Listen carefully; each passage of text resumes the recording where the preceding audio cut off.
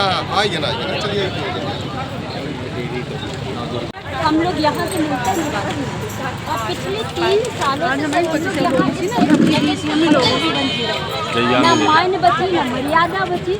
शब्दों से हम लोगों को इतना ज़्यादा दुखी करके रखे हैं यहाँ के पीआईबी।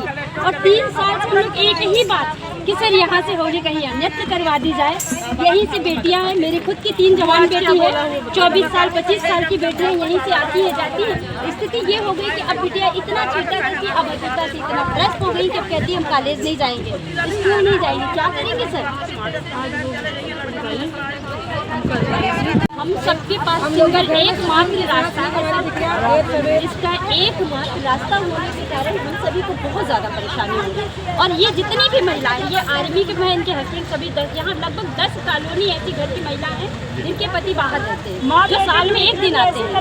मतलब माँ बेटों को भी शर्म लगा। यहाँ सारी अभद्रता की पराकाष्ठा पार हो चुकी है सर। तब हम लोग मजबूर होकर अब यहाँ चौराहे पे बैठे कि अब इस बार नहीं, अब भ्रम नहीं सर। 3 सालों से एक ही बात हम लोग को बताई जा रही, अभी हट जाएगी, अन्यत्र हो जाएगी, फिर अचानक से होली खुल जाती है।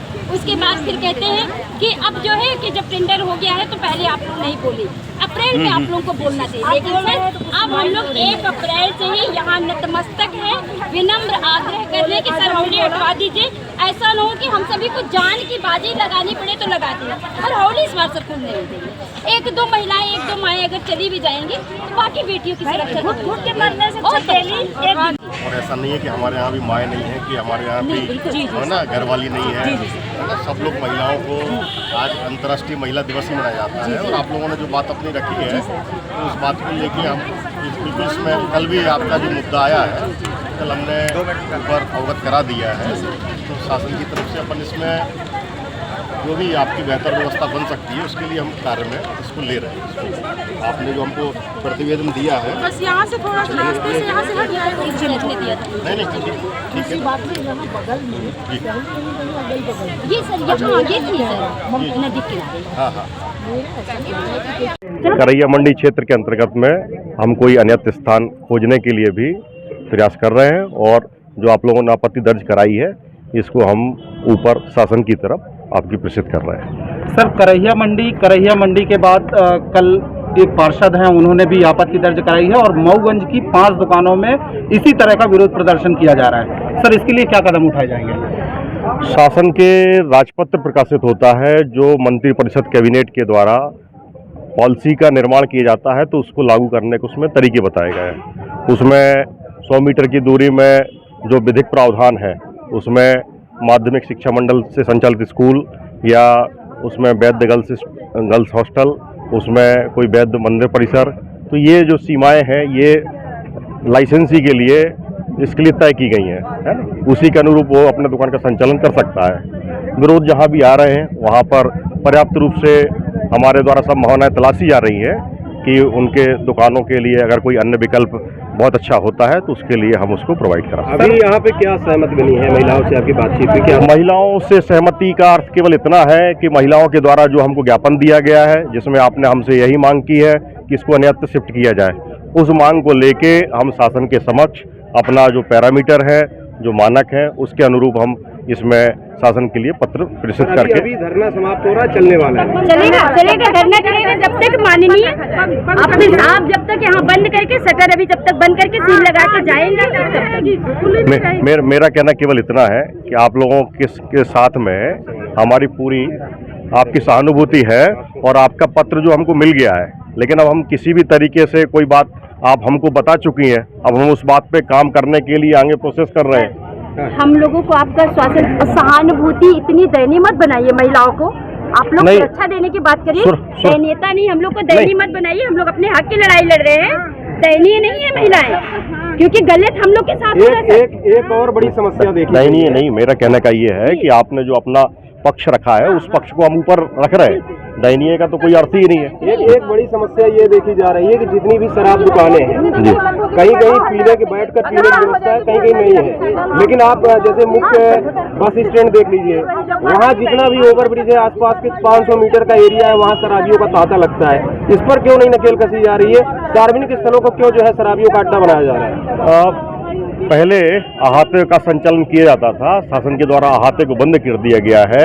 ऐसी स्थिति में पुलिस और आबकारी विभाग दोनों ही सायंकाल के समय गश्ती में ऐसे प्रकरणों पर कार्रवाई भी कर रहे हैं और लगातार शासन के निर्देशानुसार कार्रवाई हो। अगर अभी जाके आप चेक करेंगे तो आपको नया बस स्टैंड का जो ओवरब्रिज है वहाँ कम से कम 100 शराबी बैठे मिल जाएंगे, शराब पीते हुए खुलेआम। वहाँ से महिलाएं निकलते हैं, बच्चे निकलते हैं। इस पर क्यों सर अभी लगाम नहीं लगाई जा रही? बिल्कुल लगाम लगाई जाएगी, बिल्कुल लगाम लगाई जाएगी। और उसमें हमारा लगातार जो प्रकरण दर्ज हो रहे हैं वो इस बात का सबूत है कि लोग कार्रवाई करते हैं और लगातार कार्रवाई जारी रहेगी। सर लगातार जो यहाँ पे महिलाएं हैं इनका ये कहना है कि ये पिछले विगत 3 वर्षों से लगातार जो प्रशासनिक अधिकारी हैं उनसे संपर्क कर रही हैं, ज्ञापन दे रही हैं और हर बार सिर्फ इन्हें कोरा आश्वासन मिलता है, कार्रवाई आज तक नहीं हुई। तो क्या इस बार भी कोरा आश्वासन रहेगा? आश्वासन की स्थिति नहीं है ये आपका जो पत्र है, इस पत्र के आधार पर हम शासन को सूचित करते हैं और वहाँ से जो हमारे लिए, मेरा कहना केवल इतना है कि कौन नहीं चाहता है कि हम आपकी बात को शासन के समक्ष रखें, कौन नहीं चाहता है कि कोई भी ऐसी विवाद की स्थितियां निर्मित ना हो। करैया मंडी क्षेत्र के अंतर्गत में दुकान का संचालन किया जाना है, करैया मंडी क्षेत्र के अंतर्गत में ही उस दुकान को संचालित किया जा सकता है। अभी जैसे आप लोगों ने सुझाव दिया है पूर्व में जहाँ पर संचालित थी, वो जो सब बातें आपने कही है वो बिल्कुल हमने सुन ली है उसको ध्यान से। और एक जगह से पूर्व में भी वहाँ पे होली रह चुकी है, किसी को कोई अभद्रता नहीं, कोई चीज नहीं, किनारे अपना पीना खाना। लगातार जैसा आप बता रहे हैं कि आपने वरिष्ठ कार्यालय को पिछली बार भी अवगत कराया था, तो क्या सर ये सिर्फ कागजी घोड़े दौड़ते रहेंगे कि इसमें कुछ कार्रवाई भी होगी? जो हमारे स्तर की बात है वो हमारे स्तर की बात को हम संपन्न करते हैं। बाकी बहुत सारे ऐसे मसले होते हैं जिसमें हमारा स्तर है ही नहीं, तो हम उसमें क्या आपसे कुछ कह दें। हमारे लिए, मैं आपसे ये नहीं कह सकता कि 6 करोड़ 60 लाख रुपए की ये दुकान नहीं है। भाई शासन के लिए 6 करोड़ 60 लाख रुपए का इससे राजस्व प्राप्त होगा, लेकिन इस बात को हम आपकी कह रहे हैं कि हमारे लिए माननीय, अगर किसी भी मैं आपके साथ में हूँ, आपके साथ में हूँ मैं, मतलब इस बात को नहीं कह रहा हूँ मैं। पैसे की बात आप जो कह रहे हैं सब नहीं, अगर किसी बेटी का कोई हादसा हो। हेलो रीवा, कैसे हैं आप सभी?